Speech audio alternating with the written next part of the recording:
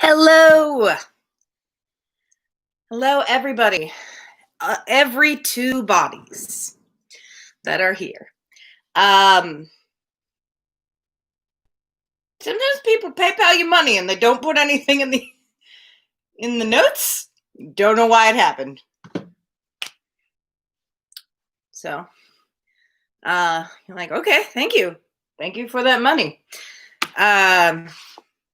Just assume it's a general appreciation. Oh, hello, Jerome. I didn't realize you were here. All right. I'm glad that you made it. All right. Welcome, folks, to another installment of the Isolated Literary Society presents the short works of Neil Gaiman. We'll be continuing with Fragile Things today. I actually thought about it ahead of time and looked at the times on the audiobook and, I did a whole preparation. So I think what we're going to read today is we're going to do one very short thing and then one medium thing. And we'll see how that works out for us. Let's see.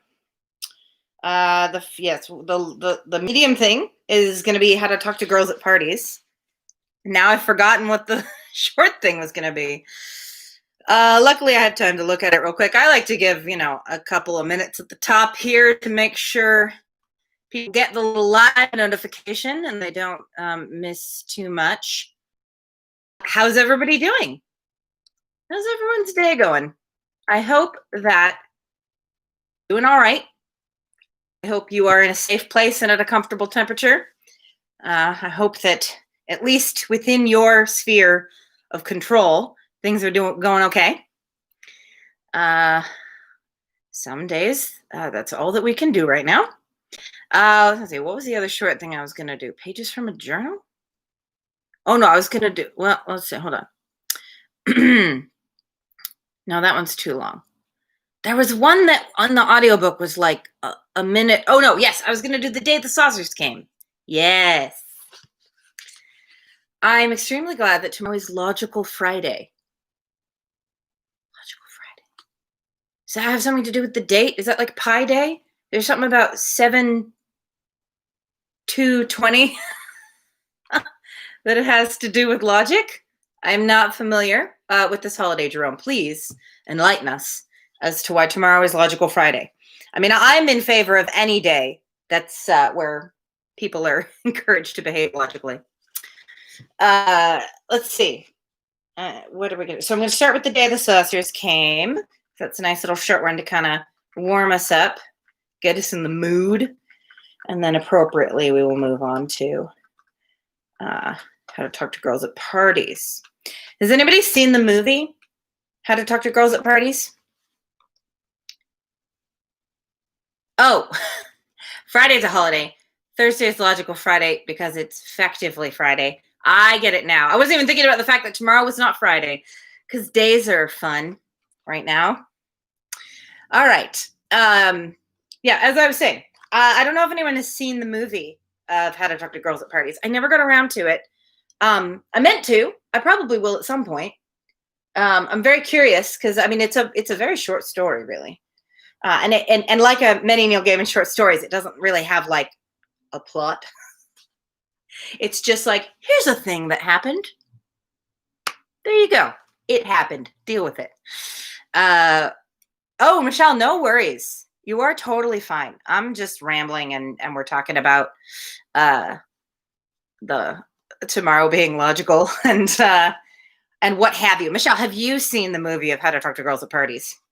I'm very curious to see what they do with it, how to take such a relatively brief story and flesh it out into something movie length. Oh, Jerome is not familiar yet. Okay, so this will be a treat. Jerome, if you're looking for something to listen to at any other time, you need like something audiobook-esque to put on with when you're doing, I don't know, laundry or something. I highly recommend checking out. Actually, I was gonna say listen to my previous videos, but no, just get the library ebook app or whatever for your library system and get the audiobook of Fragile Things read by Neil Gaiman. It's great. He reads them much better than I do. All right, so we will be starting off today with The Day the Saucers Came. That day, the saucers landed, hundreds of them, golden, silent, coming down from the sky like great snowflakes, and the people of Earth stood and stared as they descended, waiting, dry-mouthed, to find out what waited inside for us, and none of us knowing if we would be here tomorrow. But you didn't notice it because that day, the day the saucers came, by some coincidence, was the day that the graves gave up their dead, and the zombies pushed up through soft earth, or erupted, shambling and dull-eyed, unstoppable, came towards us, the living, and we screamed and ran. But you did not notice this, because on the saucer day, which was the zombie day, it was Ragnarok also, and the television screens showed us a ship built of dead men's nails, a serpent, a wolf, all bigger than the mind could hold, and the cameraman could not get far enough away, and then the gods came out. But you did not see them coming, because on the saucer zombie battling gods day, the floodgates broke, and each of us was engulfed by genies and sprites, offering us wishes and wonders and eternities, and charm and cleverness and true brave hearts and pots of gold, while giants fee-fo-fummed across the land, and killer bees. But you had no idea of any of this, because that day, the saucer day, the zombie day, the Ragnarok and fairies day, the day the great winds came and snows and the cities turned to crystal, the day all plants died, plastics dissolved, the day the computers turned, the screens telling us we would obey, the day angels, drunk and muddled, stumbled from the bars, and all the bells of London were sounded, the day animals spoke to us in Assyrian, the Yeti day, the fluttering capes and arrival of the time machine day. You didn't notice any of this, because you were sitting in your room, not doing anything, not even reading, not really, just looking at your telephone, wondering if I was going to call. I love that one. That's a nice little short one, somewhere between a short story and a poem. That one is particularly dear to my heart. Some of you may be aware that my brother referenced that short story a little bit in Merciful Universe, the song that is on his latest album, Apocalypse Songs. You should listen to it if you haven't already. Probably everyone in the stream has heard it, but highly recommend it. Merciful Universe. It's a great song. A lot of fun references in that one, including one to that poem. All right, so thank you, Jerome. It's very kind of you to say. I will say that no one can argue that Neil Gaiman does the English accents in these stories better than I do. I think we can all agree on that part, at least. You may enjoy my readings, and I thank you. However, no one can argue that my English accents are not quite, up to scratch. I've never been there, unfortunately, and now I wonder if I ever will. Oh, well, you know what? I'll tell you what, Jerome. I might be better at Emma. I've never heard Neil Gaiman try to read Emma. I would very much like to now, though. All right. I'm going to take a little sip of water before we get into this. How to talk to girls at parties. Come on, said Vic. It'll be great. No, it won't, I said, although I'd lost this fight hours ago and I knew it. It'll be brilliant, said Vic for the 100th time. Girls, girls, girls! He grinned with white teeth. We both attended an all-boys school in South London. While it would be a lie to say we had no experience with girls, Vic seemed to have had many girlfriends, while I had kissed 3 of my sister's friends. It would, I think, be perfectly true to say that we both chiefly spoke to, interacted with, and only truly understood other boys. Well, I did anyway. It's hard to speak for someone else, and I've not seen Vic for 30 years. I'm not sure that I would know what to say to him now if I did. We were walking the back streets that used to twine in a grimy maze behind East Croydon Station. A friend had told Vic about a party, and Vic was determined to go whether I liked it or not, and I didn't. But my parents were away that week at a conference, and I was Vic's guest at his house, so I was trailing along beside him. It'll be the same as it always is, I said. After an hour, you'll be off somewhere snogging the prettiest girl at the party, and I'll be in the kitchen listening to somebody's mum going on about politics or poetry or something. You just have to talk to them, he said. I think it's probably that road at the end there. He gestured cheerfully, swinging the bag with the bottle in it. Don't you know? Allison gave me directions and I wrote them on a bit of paper, but I left it on the hall table. It's okay. I can find it. How? Hope welled up slowly inside of me. We walk down the road, he said, as if speaking to an idiot child, and we look for the party. Easy. Oh, Savvy, I'm so sorry that you're late. You missed a little short thing that we read, but you're just in time for the beginning of the story, How to Talk to Girls at Parties. So, if you just got here, like right this second, all of you've missed is that the narrator goes to a boys' school, doesn't know a lot about girls, and his friend is trying to convince him to go to a party. All right, you're caught up. I looked, but saw no party.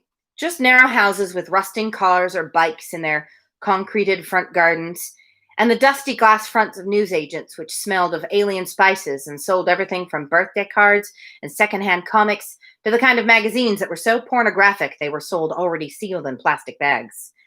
I had been there when Vic had slipped one of those magazines beneath his sweater, but the owner caught him on the pavement outside and made him give it back. We reached the end of the road and turned into a narrow street of terraced houses. Everything looked very still and empty in the summer's evening. It's all right for you, I said. They fancy you. You don't actually have to talk to them. It was true. One urchin grinned from Vic and he could have his pick of the room. Nah, it's not like that. You've just got to talk. The times I had kissed my sister's friends, I had not spoken to them. They had been around while my sister was off doing something somewhere else, and they had drifted into my orbit, and so I had kissed them. I do not remember any talking. I did not know what to say to girls, and I told him so. They're just girls, said Vic. They don't come from another planet. As we followed the curve of the road around, my hopes that the party would prove unfindable began to fade. A low, pulsing noise, music muffled by walls and doors, could be heard from a house up ahead. It was 8 in the evening. Not that early if you aren't yet 16, and we weren't. Not quite. I had parents who liked to know where I was, but I don't think Vic's parents cared that much. He was the youngest of 5 boys. That in itself seemed magical to me. I merely had 2 sisters, both younger than I was, and I felt both unique and lonely. I had wanted a brother as far back as I could remember. When I turned 13, I stopped wishing on falling stars or first stars, but back when I did, a brother was what I had wished for. We went up the garden path, crazy paving leading us past a hedge and a solitary rosebush to a pebble-dashed facade. Oh, I almost said facade, which is hilarious. I know how it's pronounced. We rang the doorbell, and the door was opened by a girl. I could not have told you how old she was, which was one of the things about girls I had begun to hate. When you start out as kids, you're just boys and girls going through time at the same speed, and you're all 5 or 7 or 11 together. Then one day there's a lurch, and girls just sort of sprint off into the future ahead of you, and they know all about everything, and they have periods and breasts and makeup and God only knows what else, for I certainly didn't. The diagrams in biology textbooks were no substitute for being, in a very real sense, young adults. And the girls of our age were. Vic and I weren't young adults, and I was beginning to suspect that even when I started needing to shave every day, instead of once every couple of weeks, I would still be way behind. The girl said, "Hello?" Vic said, "We're friends of Allison's." We had met Allison, all freckles and orange hair and a wicked smile, in Hamburg on a German exchange. The exchange organizers had sent some girls with us from a local girls' school to balance the sexes. The girls, our age more or less, were raucous and funny, and had more or less adult boyfriends with cars and jobs and motorbikes, and, in the case of one girl with crooked teeth and a raccoon coat, who spoke to me about it sadly at the end of a party in Hamburg in, of course, the kitchen, a wife and kids. "She isn't here," said the girl at the door. "No Allison." "Not to worry," said Vic with an easy grin. "I'm Vic. This is N." A beat, and then the girl smiled back at him. Vic had a bottle of white wine in a plastic bag removed from his parents' kitchen cabinet. Where should I put this, then? She stood out of the way, letting us enter. There's a kitchen in the back, she said. Put it on the table there with the other bottles. She had golden, wavy hair, and she was very beautiful. The hall was dim in the twilight, but I could see that she was beautiful. What's your name, then? Said Vic. She told him it was Stella, and he grinned his crooked white grin and told her that had to be the prettiest name he had ever heard. Smooth bastard. And what was worse was that he said it like he meant it. Vic headed back to drop off the wine in the kitchen, and I looked into the front room where the music was coming from. There were people dancing in there. Stella walked in, and she started to dance, swaying to the music all alone, and I watched her. This was during the early days of punk. On our own record players, we would play the Adverts and the Jam, the Stranglers and the Clash and the Sex Pistols. At other people's parties, you'd hear ELO or 10cc, or even Roxy music. Maybe some Bowie if you were lucky. During the German exchange, the only LP we had all been able to agree on was Neil Young's Harvest, and his song Heart of Gold had threaded through the trip like a refrain. I crossed the ocean for a heart of gold. I like to apologize for saying Bowie. It feels very affected. I made the decision in the moment. Now I feel silly for doing it. Americans say Bowie, but he said Bowie. I'm David Bowie. What? Why did I just make him sound like Michael Caine? I don't know. I'm not good at accents. I like to think I am. I'm really not. The music playing in that front room wasn't anything I recognized. It sounded a bit like a German electronic pop group called Kraftwerk, and a bit like an LP I'd been given for my last birthday of strange sounds made by the BBC Radiophonic Workshop. The music had a beat, though, and the half-dozen girls in that room were moving gently to it, although I only looked at Stella. She shone. Vic pushed past me into the room. He was holding a can of lager. There's booze back in the kitchen, he told me. He wandered over to Stella, and he began to talk to her. I couldn't hear what they were saying over the music, but I knew there was no room for me in that conversation. I didn't like beer back then. I went off to see if there was something I wanted to drink. On the kitchen table stood a large bottle of Coca-Cola, and I poured myself a plastic tumbler full, and I didn't dare say anything to the pair of girls who were talking in the underlit kitchen. They were animated and utterly lovely. Each of them had very black skin and glossy hair and movie star clothes, and their accents were foreign, and each of them was out of my league. I wandered, Coke in hand.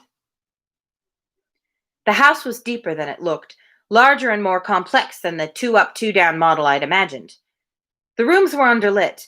I doubt there was a bulb of more than 40 watts in the building, and each room I went into was inhabited, in my memory, inhabited only by girls. I did not go upstairs. A girl was the only occupant of the conservatory.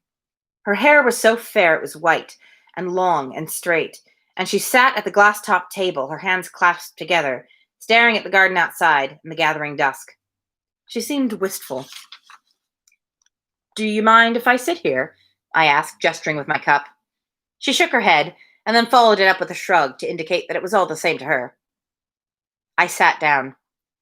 Vic walked past the conservatory door. He was talking to Stella, but he looked in at me, sitting at the table wrapped in shyness and awkwardness, and he opened and closed his hand in a parody of a speaking mouth. Talk. Right. Are you from around here? I asked the girl. She shook her head. She wore a low-cut silvery top, and I tried not to stare at the swell of her breasts. I said, What's your name? I'm N. Wayne's Wayne, she said, or something that sounded like it. I'm a second. That's a different name? She fixed me with her huge liquid eyes. It indicates that my progenitor was also Wayne, and that I am obliged to report back to her. I may not breed. Well, bit early for that anyway, isn't it? She unclasped her hands, raised them above the table, spread her fingers. You see, the little finger on her left hand was crooked, and it bifurcated at the top, splitting into 2 smaller fingertips. A minor deformity. When I was finished, a decision was needed. Would I be retained or eliminated? I was fortunate that the decision was with me. Now I travel, while my more perfect sisters remain at home in stasis. They were firsts. I am a second. Soon I must return to Wayne and tell her all I have seen, all my impressions of this place of yours. I don't actually live in Croydon, I said. I don't come from here. I wondered if she was American. I had no idea what she was talking about. As you say, she agreed. She agreed. Neither of us comes from here. She folded her six-fingered left hand beneath her right, as if tucking it out of sight. I had expected it to be bigger and cleaner and more colorful, but still, it is a jewel. She yawned, covered her mouth with her right hand only for a moment, before it was back on the table again.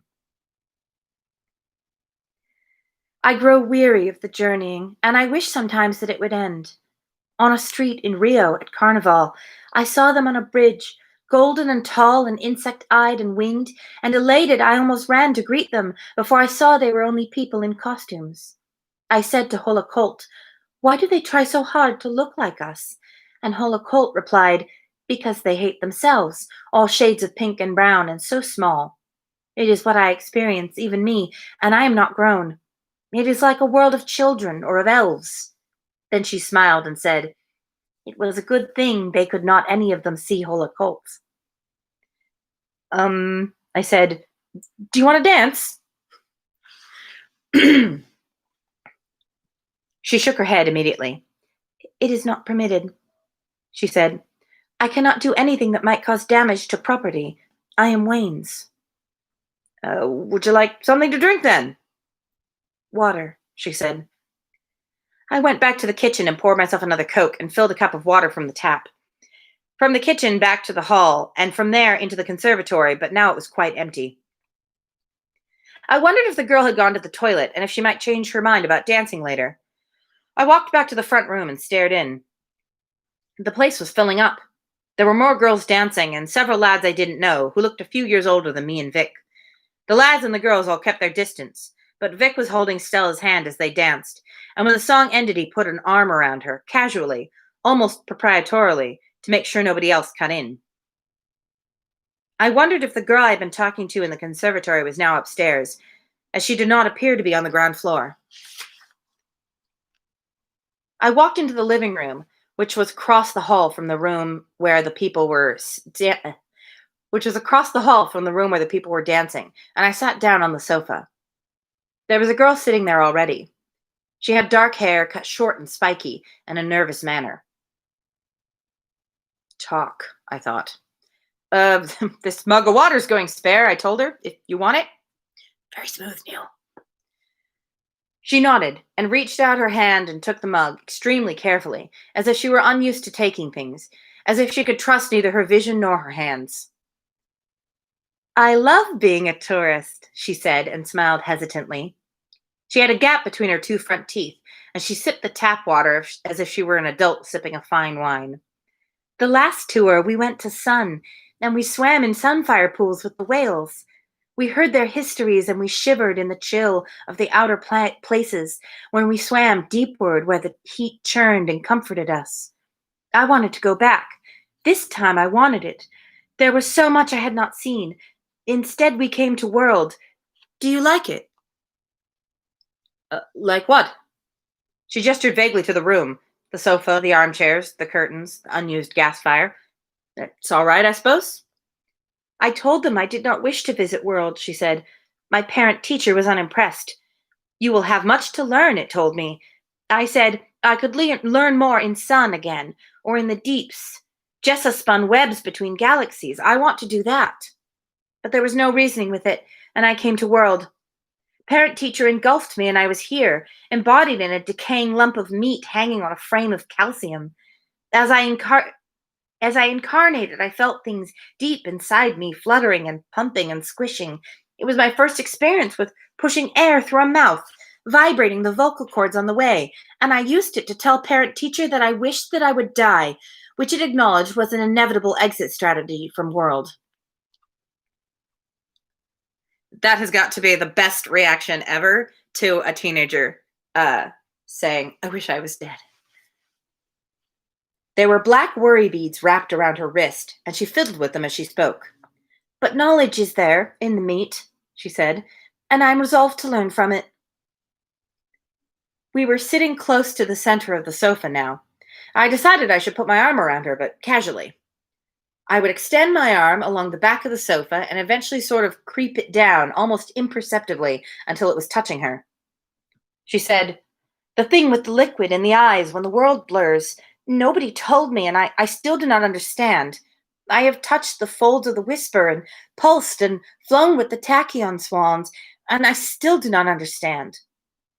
She wasn't the prettiest girl there, but she seemed nice enough, and she was a girl anyway. I let my arm slide down a little, tentatively, so it made contact with her back, and she did not tell me to take it away. Vic called to me then from the doorway. He was standing with his arm around Stella, protectively, waving at me. I tried to let him know by shaking my head that I was onto something, but he called my name, and reluctantly, I got up from the sofa and walked over to the door.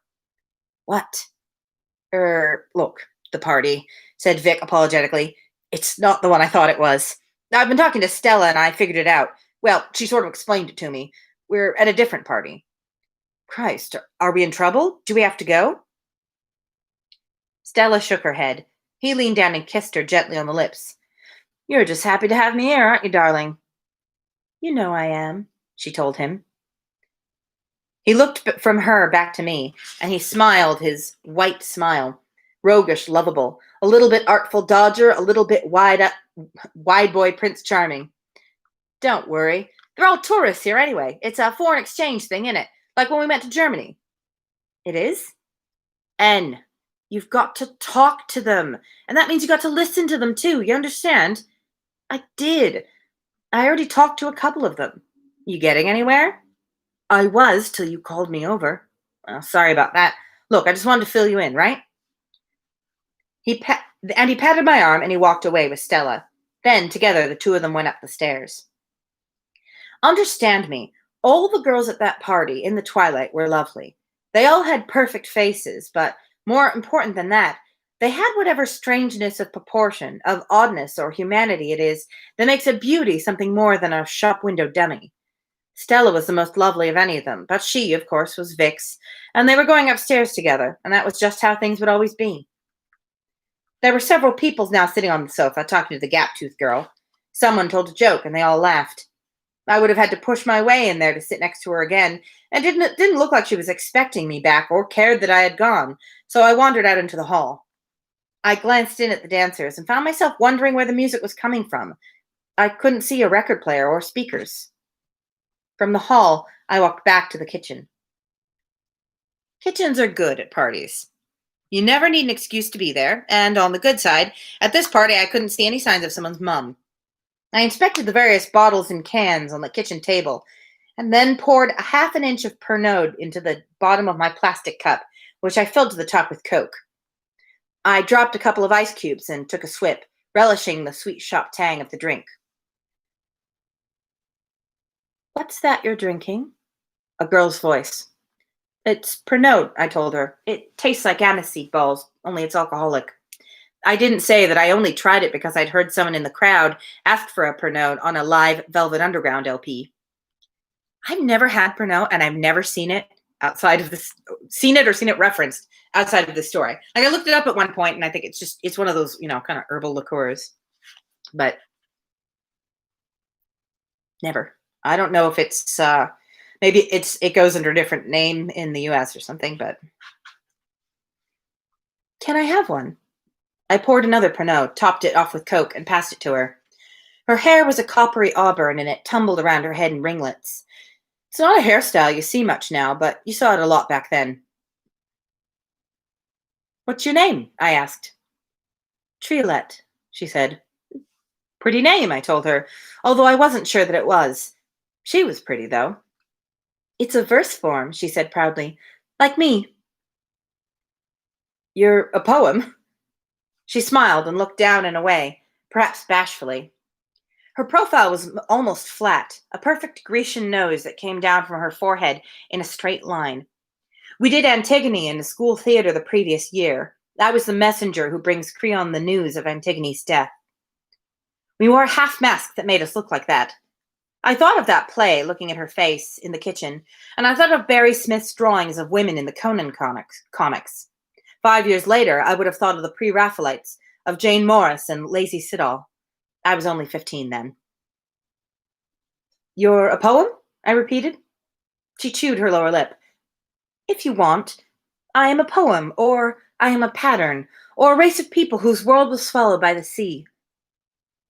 Isn't it hard to be three things at the same time? What's your name? N. So you are N, she said, and you are male, and you are a biped. Is it hard to be three things at the same time? They aren't different things. I mean, they aren't contradictory. It was a word I had read many times, but never said aloud before that night, and I put the stresses in the wrong places. Contradictory.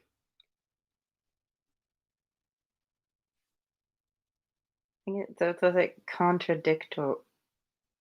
Yeah, contradictory. She wore a thin dress made of a white, silky fabric. Her eyes were a pale green, a color that would now make me think of tinted contact lenses, but this was 30 years ago. Things were different then. I remember wondering about Vic and Stella upstairs. By now, I was sure they were in one of the bedrooms, and I envied Vic so much it almost hurt. Still, I was talking to this girl, even if we were talking nonsense, even if her name wasn't really Triolette. My generation had not been given hippie names. All the rainbows and sunshines and the moons, they were only 6, 7, 8 years old back then. She said, we knew that it would soon be over, and so we put it all into a poem to tell the universe who we were and why we were here and what we said and did and thought and dreamed and yearned for. We wrapped our dreams in words and patterned the words so that they would live forever, unforgettable. Then we set the poem as a pattern of flux to wait in the heart of a star, beaming out its message in pulses and bursts and fuzzes across the electromagnetic spectrum, until the time when, on worlds 1,000 sun systems distant, the pattern would be decoded and read, and it would become a poem once again. And then what happened? She stared at me with her green eyes, and it was as if she stared out at me from her own Antigone half-mask, but as if her pale green eyes were just a different, deeper part of the mask. You cannot hear a poem without it changing you, she told me. They heard it, and it colonized them. It inherited them, and it inhabited them, its rhythms becoming part of the way that they thought, its images permanently transmuting their metaphors, its verses, its outlook, its aspirations becoming their lives. Within a generation, the children would be born already knowing the poem, and sooner rather than later, as these things go, there were no more children born. There was no need for them, not any longer. There was only a poem, which took flesh and walked and spread itself across the vastness of the known. I edged closer to her so I could feel my leg pressing against hers. She seemed to welcome it. She put her hand on my arm affectionately, and I felt a smile spreading across my face.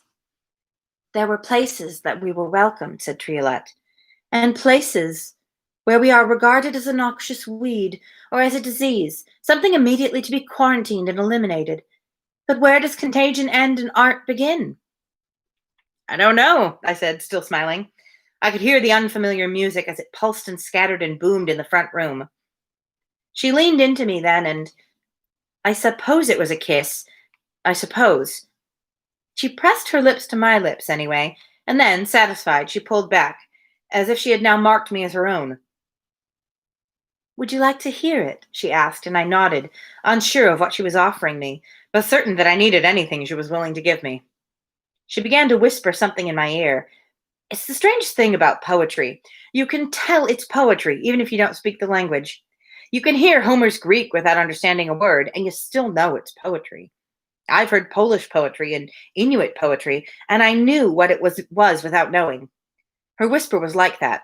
I didn't know the language, but her words washed through me perfect, and in my mind's eye I saw towers of glass and diamonds, and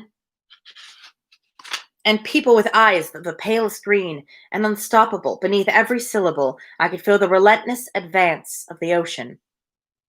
Perhaps I kissed her properly. I don't remember. I know I wanted to. And then Vic was shaking me violently. Come on, he was shouting. Quickly, come on. In my head, I began to come back from 1,000 miles away. Idiot, come on, just get a move on, he said, and he swore at me. There was fury in his voice. For the first time that evening, I recognized one of the songs being played in the front room. A sad saxophone wail, followed by a cascade of liquid chords. A man's voice singing cut-up lyrics about the sons of the silent age. I wanted to stay and hear the song. She said, I am not finished. There is yet more of me. Sorry, love, said Vic, but he wasn't smiling any longer. There'll be another time. And he grabbed me by the elbow and he twisted and pulled, forced me from the room. I did not resist. I knew from experience that Vic would beat the stuffing out of me if he got it into his head to do so. He wouldn't do it unless he was upset or angry, but he was angry now.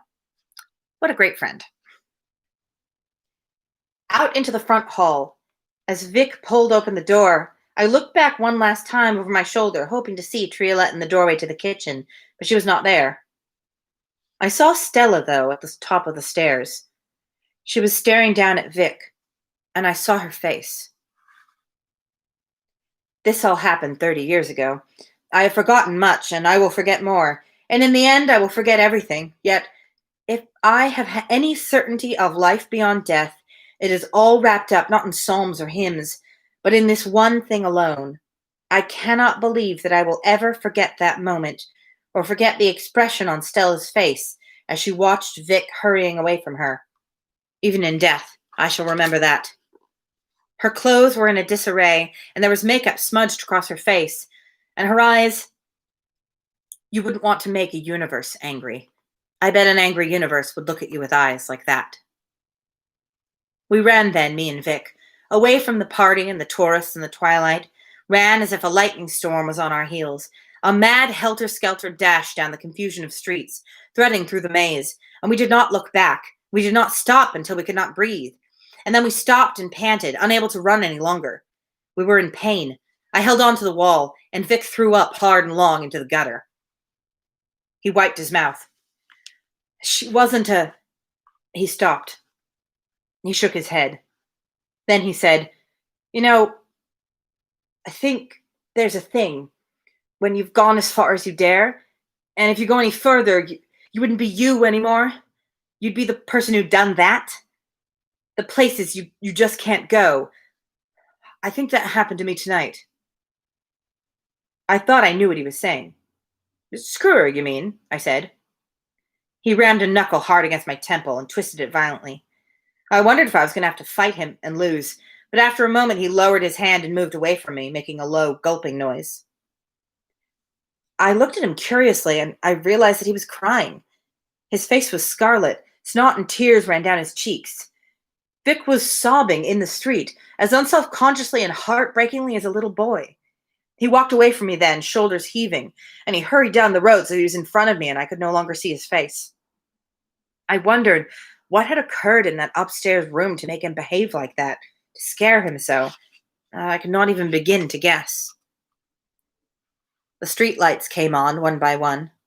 Vic stumbled on ahead, while I trudged down the street behind him in the dusk, my feet treading out the measure of a poem that, try as I might, I could not properly remember. I would never be able to repeat.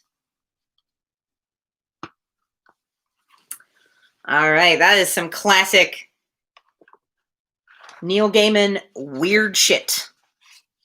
TM. Yeah,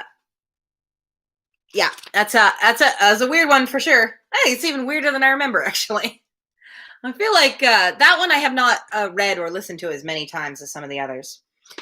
Those of you who were here yesterday know that A Study in Emerald I've heard many, many times. It was hard not to deliver every single line in the same cadence as he reads it. So, but this one was a little more, not quite as fresh in my mind. So that was nice. Let's see. Well, it's only, we're just at 40 minutes. Maybe I'll do another short one. I don't want to use up all the short ones, though. Oh, I want to look at the introduction and see what he says about that story in the introduction, actually. And sometimes he adds some very interesting details in the introduction. I could do instructions. That's a nice short one. How to talk to girls at parties. The process of writing a story fascinates me as much as the outcome. This one, for example, began life as two different failed attempts to write an account of a tourist holiday on Earth, intended for Australian critic and editor Jonathan Strahan's upcoming anthology, The Starry Rift. The story is not in there. This is the first time it's appeared in print. I'm going to write another story for Jonathan's book instead, I hope. The tale I had in mind wasn't working. I just had a couple of fragments that didn't go anywhere. I was doomed and had started sending emails to Jonathan, telling him there wasn't going to be a story, at least not one from me. He wrote back telling me he'd just got an excellent story in from an author I admired, and she wrote it in 24 hours. So nettled, I took the empty notebook and pen, and I went down to the gazebo at the bottom of the garden, and during the course of the afternoon, I wrote this story. I got to read it aloud for the first time a few weeks later at a benefit at the legendary CBGB's. This was the best location to read a story about punk in 1977, and it made me feel very happy. That's kind of cool. Anyway. Michelle and Savvy, I'm glad you both enjoyed the story. Yeah, I guess we'll just wrap up a little earlier today. I was trying to aim for under an hour this time, so 40 minutes is good. So thanks, everybody who tuned in. I hope that you enjoyed the reading today. I will be back tomorrow. I will not be taking Friday off. Oh, I wasn't planning to, but now that I think about it, this Friday is a Bandcamp Friday, which is a thing they've been doing over the past few months where they picked a few days where they don't take their cut of sales. They're giving 100%, 100% of the proceeds minus the processing fees, because the credit card processors and PayPal are not being so generous, to the performers and the musicians. So they're not taking their cut, which is really, really generous. Honestly, Bandcamp is an amazing company. Their cut is very reasonable for the wonderful service they provide. Yes, Jerome, you can. In fact, Bandcamp has a wish list feature, which I don't know how many people use it. I do. I have a bunch of stuff in my wish list that I'd like to have eventually, including things that I have on CD, but I'd like to have it in my Bandcamp because I use the Bandcamp app to listen to music quite a lot. Less so now that I'm at home all the time, but still sometimes.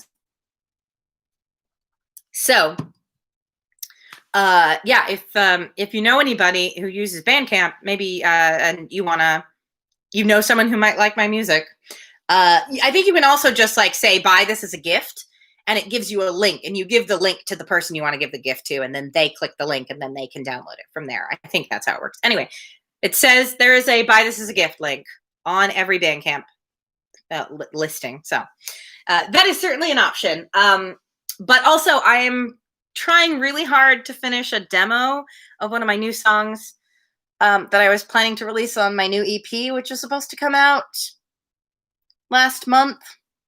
That was the plan in January anyway. But I don't know if you guys know about this, but some stuff happened the last couple months. So I have not been able to go into a studio with people.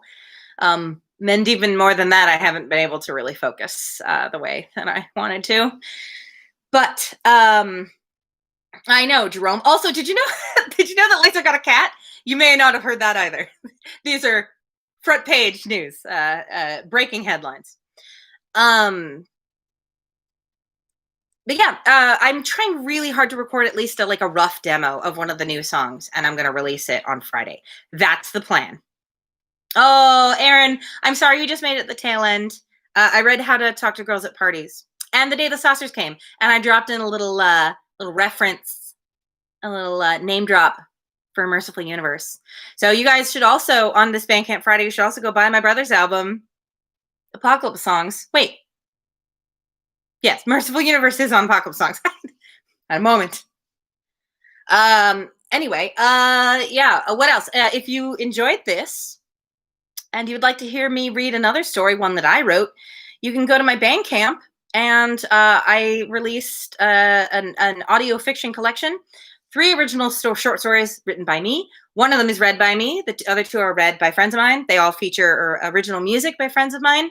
I think it turned out pretty well. It's harder to edit an audiobook than you might think. A lot of little breaths you gotta cut out. Anyway, so that's on my Bandcamp as well. All the links down there. Yeah, but I'm gonna try very hard. I've picked the song More Than What. You can hear an early version of it on my YouTube channel where I performed it live months back in another world. But I added an entire other verse since that video was recorded, and that verse contains my favorite lyric I have ever written in my entire life. So I'm planning to record a demo of that. At the very least, something kind of rough that I'll release. And maybe I'll do it as a benefit, as a charity thing. I don't know. Haven't decided. It's really hard right now because I want to be like raising money for like important causes that are going on right now. And I feel very silly asking for money for myself. But I also have had decreased income of late. And I do have a crown to pay off. Not a fun crown. It's right here, you guys. Look at it. It's not even gold. Can you believe it? Pay over $1,000 for a crown. Can't even wear it to parties. Well, I mean, I can, but no one would know. Anywho, the point is, I got bills to pay. Not so much money coming in as would be nice. So anyway, yes, dealing with capitalism. The important charity for helping Sarah deal with capitalism.